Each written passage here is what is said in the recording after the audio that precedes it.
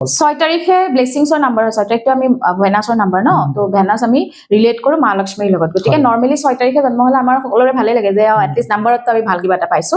গতিকে এইটো বছৰ মিশ্ৰিত ফলদায়ী হ'ব 6 তাৰিখে 6 তাৰিখে যাৰ জন্ম হৈছে 15 তাৰিখে যাৰ জন্ম হৈছে আৰু 24 তাৰিখে যাৰ জন্ম হৈছে অলপ মিশ্ৰিত আপছ এণ্ড ডাউন থাকিব ফাইনান্সিয়েল ক্ৰাইচিছ থাকিব পাৰে সুযোগ সুবিধা বহুত আহিব কিন্তু হয়তো ডিসিশন ভুলৰ ক্ষেত্ৰত বা আপোনাৰ কেতিয়াবা হ'ব অহংকাৰ অলপ আহিব যাৰ ফলত হয়তো কিছুমান সুবিধা হাতৰ পৰা এৰাব পাৰে প্ৰেম আৰু দাম্পত্যত মানে যদি ৰিলেশনশ্বিপত আছে কাজিয়া পেচাল হৈছে তেতিয়াহলে বুজিব যে আপুনি টাইম দিব সময় আপোনাক দৰকাৰ মানে ৰিলেশনশ্বিপত সময় দিব লাগিব আৰু হাজবেণ্ড আৰু ওয়াইফৰ যদি মানে ঘৰুৱাত আৰু দাম্পত্যত আপোনালোকে সময় দিব লাগিব আৰু মেডিকেল বা মেডিকেল ইনস্ট্ৰুমেন্ট জড়িত বিজনেছৰ লগত যিসকল জড়িত আছে তেওঁলোকৰ কাৰণে খুবেই বেছি ভাল হ'ব আৰু এগেইন যেহেতু ভেনাছৰ নাম্বাৰ হয় ভেনাছ নিজেও